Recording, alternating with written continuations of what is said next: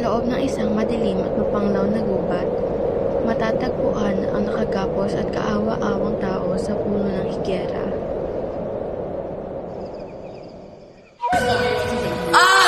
Panginoon ko! Bakit? Bakit mo ito hinayaang mangyari? Siya si Florante, ang anak ni Duque Brescio ng Albania at Prinsesa Floresca ng Crotona. Bakit hinayaan mo pagtaksilan ni Adolfo si Haring Brescio at nagawang patayin ang aking ama? Siguro, ito na ang aking katamsan. Sa hindi inaasang pagkakataon, may isang murang naglalakad sa gubat at may narinig na tinig. Tadhana, pilipit mo, Tadhana. Kinuha mo ang aking inamahal sa place. Paalam, mahari ang Albania. Paalam, mahal kong Laura. Saan kaya ang nagagaling ang boss na iyon?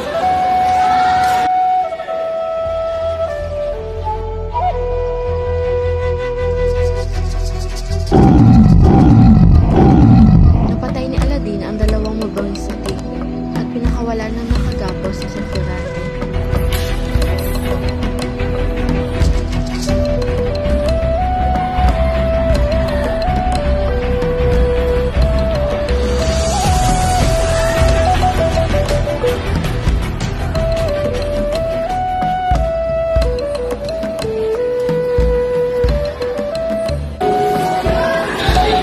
Sino ka? Anong ginagawa mo dito? Uy, ako muna. Ako ang naligtas sa'yo. Ha?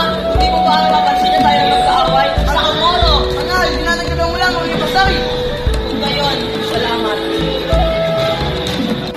Maaari kong malaman kung bakit ka napagpad dito. Halina't hulaan mo ako magsalaysay na aking buhay.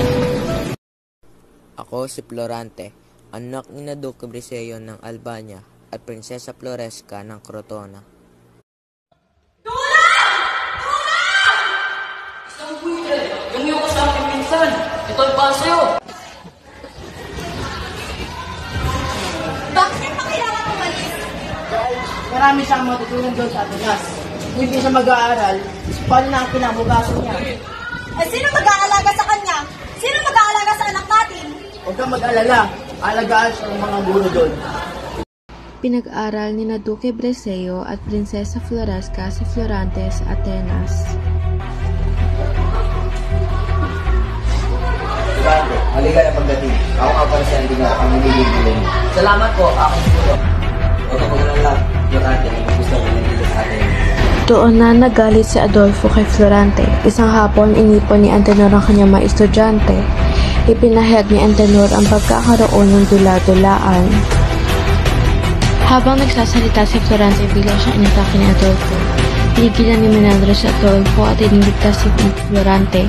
Isang taon pa ang nakalipas ay nakatanggap si Florante ng sulat mula sa kanyang ama. Laman nito ang balita ng pagpanaw ng ina ni Florante. Umuwi si Florante sa Albania kasama si Menandro. Paalam lang po, aking guro. Florante, lagi mong tatandaan na kailangan mong mag-ingat kay Adolfo. Ang susunod po, hindi ko po yan makalimutan.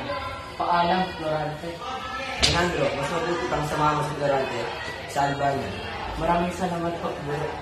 Nakatanggap si Duque Brescio ng isang sulat mula kay Haring Brescio. Pagdating nila sa palasyo ay sinulungan sila ni Haring Brescio. Isinilala ng Duque Florante sa hari. Tulong ang mga pinuno. Nasilala ni Florante si Laura at linapitan ito. Ang dalawa ay matapos ang 3 gabing piging.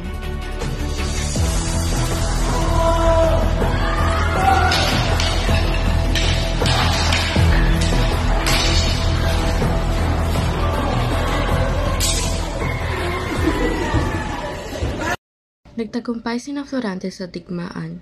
Nabalitaan din niya na dinakip si Haring Linceo kaya iniligtas niya ito. Hindi pa natatahimik ang kaharian ng Albania ay may isang hukbunan naman ang sumalakay. Nakalaban ni Florante ang hukbong pinamumunuan ni General Miramon.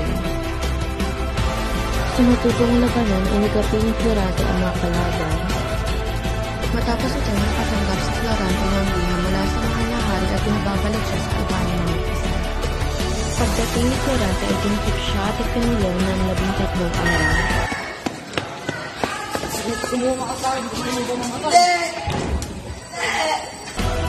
Pagkatapos ay siya ay itinapos sa puno ng higera. Ipinakilala ni Aladdin ang kanyang sarili bilang ang anak ni Sultan Ali Adab. Ako nga pala si Aladdin, anak ni Sultan Ali Adab. Sumama ka sa akin. Ayoko sumama sa'yo! Kung hindi, papatayin ko si Aladdin. O siya, sige, sasama ako pero huwag sasaktan si Aladdin. At ang mas masahol pa doon, inago ng aking ama ang aking kasintahan na si Flerida.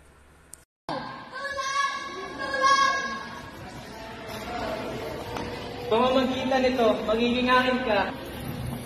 Hoy! Tingin mo yan! Habang nag-uusap sina Florante at Aladdin ay nadinig nila ang pag-uusap ng dalawang tao.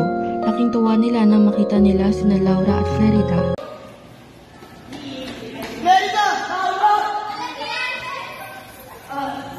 Inuwento ni na Laura at Flerida ang kanilang pinagdaanan. Habang sila ay nag-uusap ay nakita sila ni Menandro at umuwi sila sa kaharian. Ikinasal sina Florante at Laura. Nang maging isang ganap na hari si Florante, bininyagan niya sina Aladdin at Flerida.